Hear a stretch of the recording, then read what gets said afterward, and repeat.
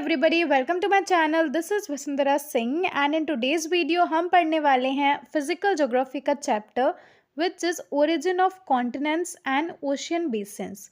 Okay, so in this video we are going to know the different theories related to the origin of continents and oceans, but before studying the theories related to their origin हम कुछ characteristic features देख लेते हैं related to continents and oceans. Okay, so continents and ocean basins are considered as relief features of the first order. तो basically क्या है, हमारे जो अर्थ पे डिफरेंट फीचर्स हैं उनको डिवाइड किया गया है इन डिफरेंट बेसिस। ठीक है, उसी में आता है first order, second order, third order. जिसका जो फर्स्ट ऑर्डर है उसमें आते हैं हमारे कॉन्टिनेंट्स एंड ओशंस। तो basically on the basis of the size, shape and origin जो हमारे डिफरेंट फीचर्स अवेलेबल हैं अर्थ पर, है ना, उनको अलग अलग ऑर्डर में डिवाइड किया गया है, उनको कैटेगराइज किया गया है, जिसमें जो फर्स्ट ऑर्डर रिलीफ फीचर्स होते हैं वो होते हैं continents and ocean basins. Second order relief features होते हैं माउंटेन्स, प्लेन्स, प्लेट्यूज, ये सारी चीज़ें। ठीक है, थर्ड ऑर्डर में आ जाएंगे हिल्स, वैलीज, कैरियंस, है ना। इसी तरह से जो है ये डिवीजन चलता है। So what we are going to study here is continents and oceans. तो आपको पता होना चाहिए जो फर्स्ट ऑर्डर के रिलीफ फीचर्स हैं। सो अगर हम सरफेस पे, अर्थ सरफेस पर कॉन्टिनेंट्स एंड ओशंस का डिस्ट्रीब्यूशन पैटर्न देखें तो we will get to know कि जो 70.8% सरफेस एरिया है वो ओशंस ने घेर रखा है, वहीं पर 29.2% area is covered by continents. ठीक है, अब अगर हम नदर्न और सदर्न हेमिस्फीयर को नोटिस करें तो वहाँ पर भी डिस्ट्रीब्यूशन पैटर्न जो है इक्वल नहीं है, it is very much different. Okay, so अगर हम अर्थ का जो है फिगर देखें, if we see this globe, तो वी कैन सी कि जो हमारा नदर्न हेमिस्फीयर है, this one is northern hemisphere and this one is southern, right. तो जो नदर्न हेमिस्फीयर है वहाँ पर काफ़ी ज़्यादा लैंड एरिया है, काफ़ी ज़्यादा कॉन्टिनेंटल एरिया है। ठीक है, वहीं पर हमको सदर्न हेमिस्फीयर में देखने को मिलेगा there is much more water than land. ठीक है, सो जो नदर्न हेमिस्फीयर है वहाँ पर लैंड डोमिनेटिंग है, कॉन्टिनेंट्स डोमिनेटिंग है, एंड जो सदर्न हेमिस्फीयर है वहाँ पर हमारे ओशंस डोमिनेट कर रहे हैं। Okay, so there is dominance of land area in the northern hemisphere. So हमारी अर्थ का जो टोटल लैंड एरिया है उसका मोर देन 75% नॉर्थ में है। ठीक है, वहीं पर जो वाटर बॉडीज हैं वो सदर्न हेमिस्फीयर में डोमिनेट करती हैं। ओके, it is very simple, just have a look on the map और globe and you will be very much clear कि जो नदर्न पार्ट है वो काफ़ी ज़्यादा लैंड एरिया को जो है कवर करता है, वहाँ पर काफ़ी ज़्यादा लैंड एरिया है। वहीं पर साउथ में अगर हम देखें तो वहाँ पर पानी ही पानी नज़र आता है। ठीक है, it is a very simple thing. ठीक है, second point is continents are arranged in a रफली triangular shape.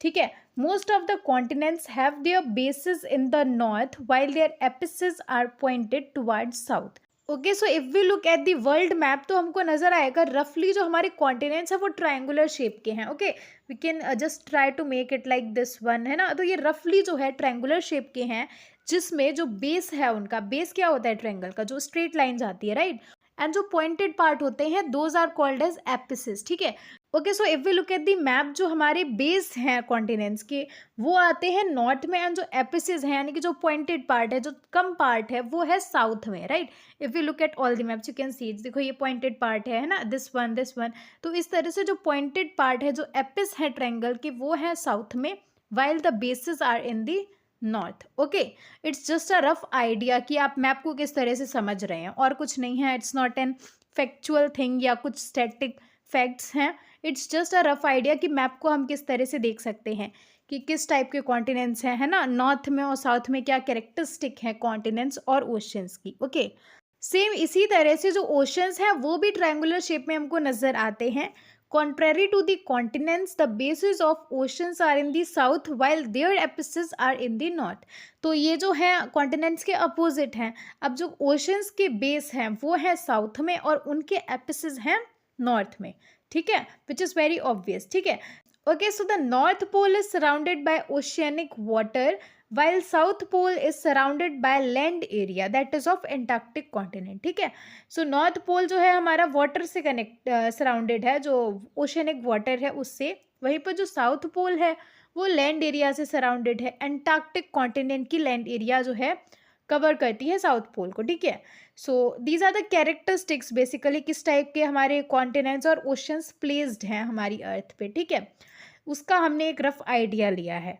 The great Pacific ocean basin occupies almost 1/3 of the entire surface area of the globe, यानी कि जो हमारी पूरी अर्थ का surface area है उसका लगभग 1/3 एरिया अकेले पैसिफिक ओशन कवर करता है।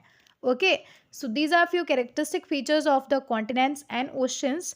एंड अब हम समझेंगे continental drift theory of Taylor. So basically it is a theory जहाँ पर एफ वी टेलर ने बताया है कि किस तरह से कॉन्टिनेंट्स और ओशंस ओरिजिनेट हुए होंगे। Okay, so F B Taylor postulated this theory in the year of 1908 but it could be published only in the year 1910, ठीक है। 1908 में उन्होंने इस थ्योरी को समझ लिया था, he get to know about this, but इस चीज़ को पब्लिश किया गया था इन द ईयर 1910, ठीक है। So according to him 2 land masses थे क्रिटेशियस पीरियड के दौरान। Okay, so Cretaceous period is one period of the geological history of earth, ठीक है, which of course you have studied in the earlier chapters, ठीक है। सो आपको पता होगा क्रिटेशियस पीरियड क्या है, नहीं पता है तो पढ़ लो, I have already uploaded the video on it, ठीक है। तो क्रिटेशियस पीरियड में टेलर के अकॉर्डिंग 2 लैंड मासेस हुआ करते थे which were Laurasia and Gondwana land, जो कि नॉर्थ और साउथ पोल्स के पास में लोकेटेड थे, यानी कि जो लॉरेशिया है वो नॉर्थ पोल में था एंड जो गोंडवाना लैंड है वो साउथ पोल में था। ओके, फर्दर वो एज्यूम करते हैं, जो टेलर हैं वो एज्यूम करते हैं कि जो कॉन्टिनेंट्स हैं वो सियाल के बने हुए होंगे। अब सियाल क्या है? सियाल का मतलब है सिलिका और एल्यूमिनियम, ठीक है। So it is one layer जिसको कि हमने पढ़ा था in the chapter interior of the earth, ठीक है। तो सिंपल से समझिए कि इन्होंने एज्यूम किया जो कॉन्टिनेंट्स रहे होंगे वो सियाल के बने होंगे, ठीक है, which was practically absent in ocean crust. तो ये जो लेयर है सियाल वाली यानी कि सिलिका और एल्यूमिनियम वाली, ये कॉन्टिनेंट्स में तो थी बट ओशन की क्रस्ट में ये लेयर नहीं थी अकॉर्डिंग टू टेलर। अब टेलर का ऐसा कहना है कि जो कॉन्टिनेंट्स हैं, यानी कि जो एक कॉन्टिनेंट हमारा लॉरेशिया नॉर्थ में है एंड गोंडवाना लैंड साउथ में है, ठीक है। तो अब टेलर के अकॉर्डिंग ये दोनों ही कॉन्टिनेंट्स जो हैं इक्वेटर की तरफ मूव कर रहे हैं, ठीक है। एंड जो मेन ड्राइविंग फोर्स है, मतलब किस वजह से ये मूव कर रहे हैं, तो उसका रीज़न है टाइडल फोर्स। जो टाइडल फोर्स हैं वो रीज़न है जिसकी वजह से कॉन्टिनेंट्स मूव कर रहे हैं। कहाँ मूव कर रहे हैं? इक्वेटर की तरफ। ओके, देखो टाइडल फोर्स का सिंपल मीनिंग होता है 2 पर्टिकुलर ऑब्जेक्ट्स के बीच में ग्रेविटेशनल पुल का जो डिफरेंस होता है that is known as tidal force, ठीक है। तो अब इस टाइडल फोर्स की वजह से जो कॉन्टिनेंट्स है वो इक्वेटर की तरफ मूव कर रहे हैं। Laurasia started moving away from the north pole because of enormous tidal force of the moon towards the equator. Moon का बहुत ज़्यादा जो है टाइडल फोर्स था इक्वेटर की तरफ, जिसकी वजह से लॉरेशिया जो लैंड मास है वो नॉर्थ पोल से दूर जा रहा था। कहाँ आ रहा था? इक्वेटर की तरफ। Okay, this movement resulted into tensional force near the north pole which caused stretching, splitting and rupture in the land masses. तो ये जो मूवमेंट हुआ because of the tidal force, ये जो लॉरेशिया लैंड मास मूव कर रहा है equator की तरफ, है ना, नॉर्थ पोल से दूर जा रहा है, इस वजह से काफ़ी ज़्यादा एक फोर्स आता है जिसकी वजह से स्ट्रेचिंग होती है, स्प्लिटिंग होती है, रप्चर होता है, यानी कि जो लैंड मास है वो बिखरने लगता है। Okay, and as a result Baffin Bay, Labrador Sea and Davis Strait were formed, ठीक है। इस लैंड मास के यानी कि लॉरेशिया के बिखरने से, उसके मूवमेंट से क्या हुआ? Baffin Bay, Labrador Sea and Davis Strait का फॉर्मेशन हो गया। ओके, एंड बिल्कुल इसी तरह से जो गोंडवाना लैंड साउथ से आ रही है इक्वेटर की तरफ, वो भी स्प्लिट होती है, उसका भी डिस्ट्रक्शन होता है, उसमें भी जो है चेंजेस आते हैं because of the movement. And as a result जो गोंडवाना लैंड है वो भी कई पार्ट्स में स्प्लिट हो जाती है, बिखर जाती है। And as a result what happens is great Australian bight and Ross sea were formed around Antarctic continent, ठीक है। गोंडवाना लैंड के बिखरने से क्या हुआ? ऑस्ट्रेलियन बेट रोज सी बन गए थे एंटार्क्टिक कॉन्टिनेंट के आसपास। Okay, Arctic sea was formed between Greenland and Siberia due to equator ward movement of Laurasia.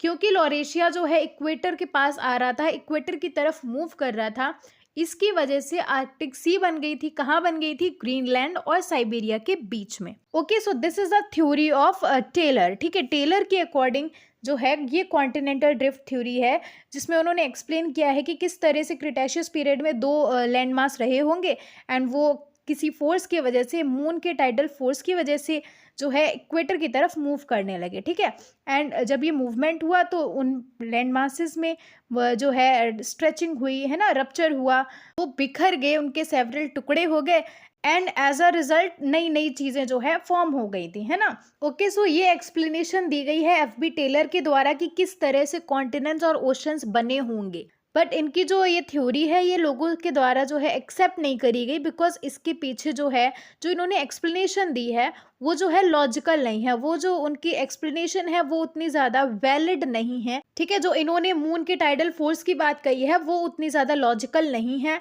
And वो वैलिड नहीं है। That is why his theory was not accepted. ठीक है, तो उसके बाद में एक और थ्योरी आई जो कि दी गई थी प्रोफेसर एल्फ्रेड वेगनर के द्वारा।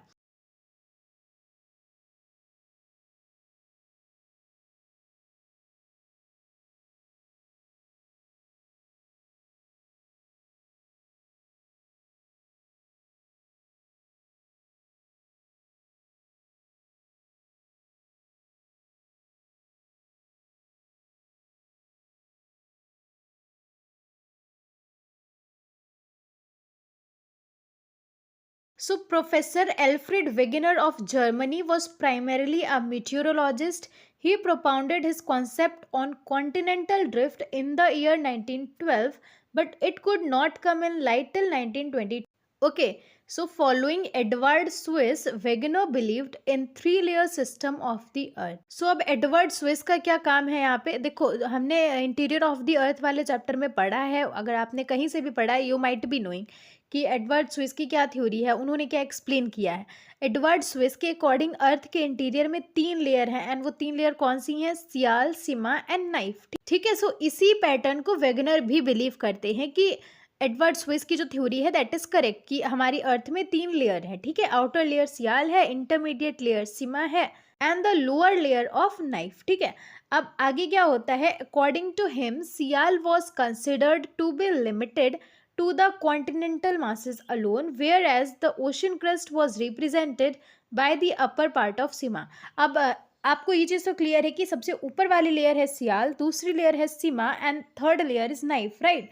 अब जो वेगनर हैं उनके अकॉर्डिंग जो कॉन्टिनेंट का मास है, यानी कि जो लैंड एरिया है, उसमें जो हमारी क्रस्ट है वो तो है सियाल की, बट ओशंस में ये सियाल वाली लेयर नहीं है। ओशन का जो क्रस्ट है वो सीमा से ही बना हुआ है, सीमा जो सेकेंड लेयर है ना। I hope I am clear. यहाँ पर उन्होंने बोला है कि जो कॉन्टिनेंटल मास है वहाँ पर तो हमारी सियाल लेयर है, लेकिन ओशन की क्रस्ट में ये लेयर नहीं है। ठीक है, उसमें जो है सीमा है। अब वेगनर का मानना है कि जितने भी लैंड मासेस हैं अभी इस प्रेजेंट वर्ल्ड में, ये सभी एक ही लैंड मास थे, विच मीन्स टेलर ने तो बताया कि क्रिटेशियस पीरियड में 2 लैंड मास थे, लेकिन वेगनर का मानना है कि केवल और केवल एक लैंड मास था जिसको इन्होंने नेम दिया पेनगैया।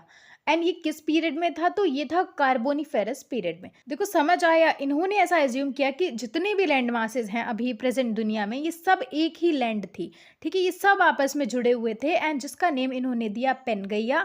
एंड ये कब की बात है? ये है कार्बोनिफेरस पीरियड में, यानी कि कार्बोनिफेरस पीरियड में कोई भी कॉन्टिनेंट्स नहीं थे, सिर्फ एक लैंड मास था विच इज पेनगैया। ओके, अब there were several smaller inland seas scattered over the Pangaea, which was surrounded by a huge water body which was named by Wegener as Panthalassa.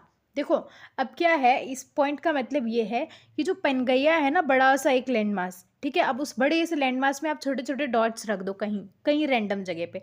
ठीक है, तो वो छोटे छोटे डॉट्स क्या हैं? वो है स्मॉलर, छोटी छोटी सीज, नदियाँ। ठीक है, देखो आप समझ पा रहे हो, बड़ा सा एक लैंड मास है, उसमें छोटे छोटे कई सारे इनलैंड सीज हैं, लेकिन जो बड़ा सा ये लैंडमास है इसको जो है घेर रखा है एक ह्यूज वाटर बॉडी ने, जिसको वेगनर ने नाम दिया है पंथालासा। यानी कि जो हम अभी देखते हैं ना, अलग अलग ओशंस हैं, ओशंस भी इतने कुछ नहीं थे अलग अलग, सिर्फ एक वाटर बॉडी थी और सिर्फ एक लैंड मास था। ठीक है, वाटर बॉडी का नाम दिया गया है Panthalassa. Do remember, water body को इन्होंने नेम दिया है Panthalassa and land mass is known as Pangaea. Okay, Now, Laurasia, consisting of present North America, Europe, and Asia, formed northern part of the Pangaea, while Gondwanaland, consisting of South America, Africa, Madagascar, and Peninsular India. So, what does it mean basically? जो पेनगैया है हमारा बड़ा सा landmass है, उस landmass का जो northern part है that is said as Laurasia, and जो सदर्न पार्ट है, जो साउथ में पार्ट था, वो रिप्रेजेंट करता है गोंडवाना लैंड को। एंड जो लॉरेशिया था वो आज के नॉर्थ अमेरिका, यूरोप, एशिया से मिलकर बना हुआ था, एंड गोंडवाना लैंड में आ जाता है आज का south America, Africa, Madagascar, peninsular India. Okay, I hope I am clear. जो पेनगैया है वो एक लैंडमास है, उसका जो नदर्न पार्ट है उसको लॉरेशिया बोला गया है, जो कंसिस्ट करता है नॉर्थ अमेरिका को, है ना, यूरोप को, एशिया को। वहीं पर जो सदर्न पार्ट है उसको गोंडवाना लैंड बोला गया है, एंड वो कंसिस्ट करता है of south America, Africa, Madagascar and peninsular India. ठीक है, ऑस्ट्रेलिया और एंटार्क्टिका है वो रिप्रेजेंट करते हैं सदर्न पार्ट को। पेनगैया का जो सदर्न पार्ट है ना उसको रिप्रेजेंट करते हैं Australia and Antarctica, and thus Wegener's theory of continental drift begins from Carboniferous period. ठीक है, हमने ये स्टार्टिंग में ही देख लिया था कि इनकी जो थ्योरी है ये शुरू कब हुई थी, ये हुई थी कार्बोनिफेरस पीरियड में। And if you remember Taylor की थ्योरी कब स्टार्ट हुई थी, what he explained is Cretaceous period में, है ना। So do remember this thing.